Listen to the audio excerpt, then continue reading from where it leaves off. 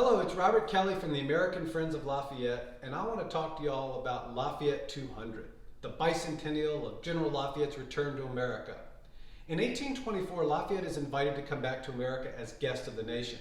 This was a time when America was getting ready to celebrate their 50th anniversary, and it was also a time where the country was very divided. There was a very contentious election coming, and the United States thought that it'd be a wonderful idea to bring back really the last living connection to General George Washington, our first president, and that is Lafayette. Lafayette was really known across the country as Washington's adopted son.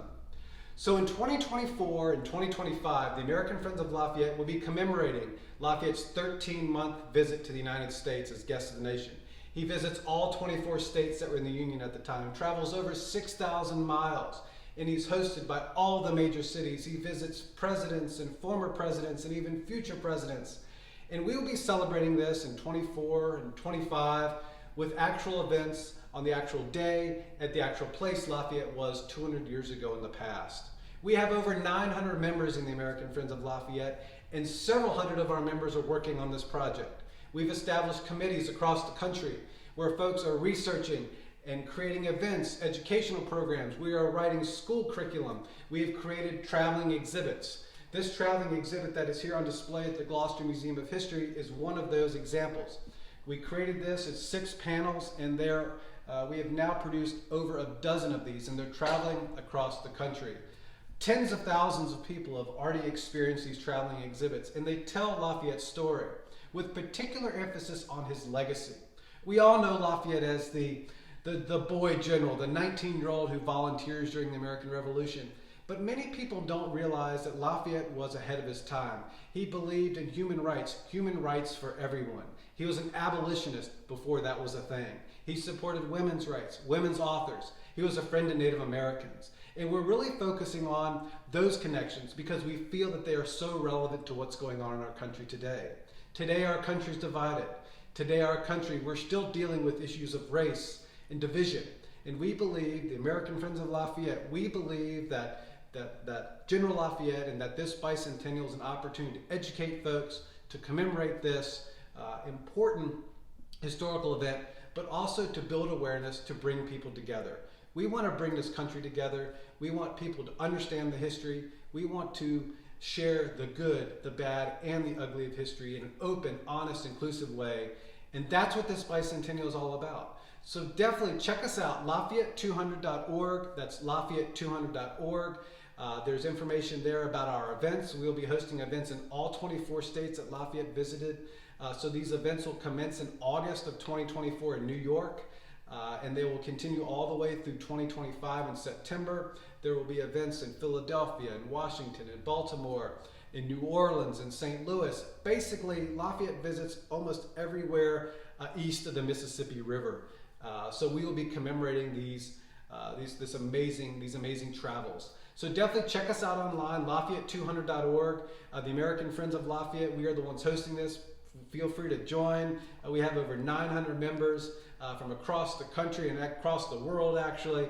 And it's just a wonderful group of people who believe in Lafayette's story, who believe in his legacy, and who are really keen on educating the future about the past. We really believe that the future can learn from the past, and that this commemoration, the traveling exhibit that is behind me was produced by the American Friends of Lafayette, and it has already traveled all across the country. If you're interested in borrowing it, for example, if you're a small museum or a library or a community center or a school, if you're interested in borrowing this exhibit to host at your site, definitely reach out to us. Our contact information is on Lafayette200.org, and it's a wonderful resource and a great way to bring Lafayette to your community. So definitely check it out. Read more about Lafayette200.org, and we hope to see you at one of our events in 2024, 2025.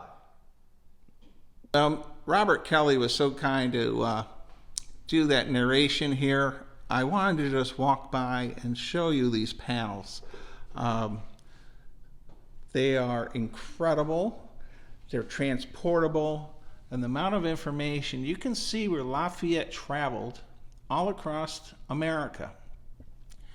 And you have to remember, in this time period of 1824 and 1825, those travel routes wasn't like you're driving in a car on Route 95.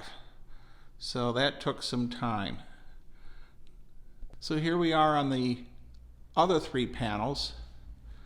And I encourage you to go to the many websites about Lafayette and learn about him. Also, what I found out that is incredibly interesting is his life during the French Revolution. He had a life after our American Revolution, and his time dealing with Napoleon and that entire time period in France we're not familiar with, but people in France are. So it's worth really checking that out also. And of course, Lafayette was instrumental here in Yorktown, Virginia. All right, this is just an add-on to Mr. Kelly's video.